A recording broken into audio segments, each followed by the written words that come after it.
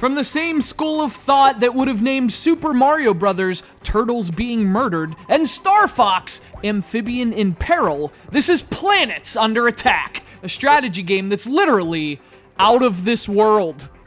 Alright, that joke sucked, but I thought the one about the naming committee was certainly good enough to compensate.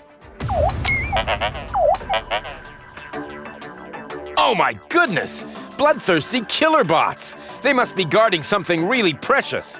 Just released to the Xbox Live Arcade, Planets Under Attack is a game that hides nothing. Planets are under attack. You're a space traveler guy buried beneath such spectacular debts. The debt collectors occasionally shoot you with lasers and try to destroy entire planets.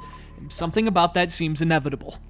Anyway, so to pay the man, you have to head into space to take over planets and mine their riches and natural resources and use that income to pay back your debts.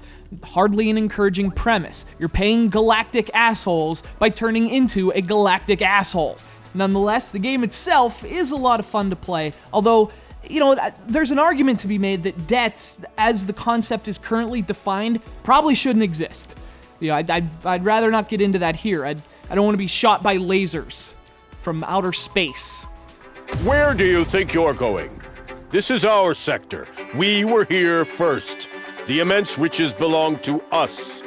Get out of our way, lowlife. I've got nowhere else to go. I've got nothing but my family debts, and they've got to get paid. So it works like this. Each level gives you an array of planets, some of which have different attributes. Some have big lasers, some are banking planets that earn you money. The idea is to invade these planets. Every level has its own objective, although they generally involve occupying as many worlds as possible.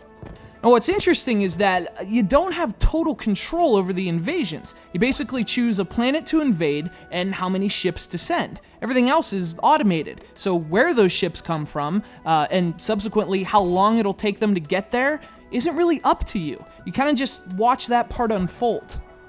So it's a lot more about management and figuring out how to balance your defenses with your attacks. And I think this is something that might split people on Planets Under Attack. You see, you don't have this array of different units and you can't really lay out your plan of attack. You're managing the battles, not really participating in them. But to me, that's what makes the game so much fun. You sort of have to think a few moves in advance, anticipating what your enemy will do before you make your move. And I found that to be very rewarding. It can be frustrating to not have direct control, but when it clicks, that's what makes Planets Under Attack interesting. It's less about aiming your weapons than knowing when to pull the trigger. And for its interesting take on multiplayer strategy, Planets Under Attack pays back a lot more than it owes.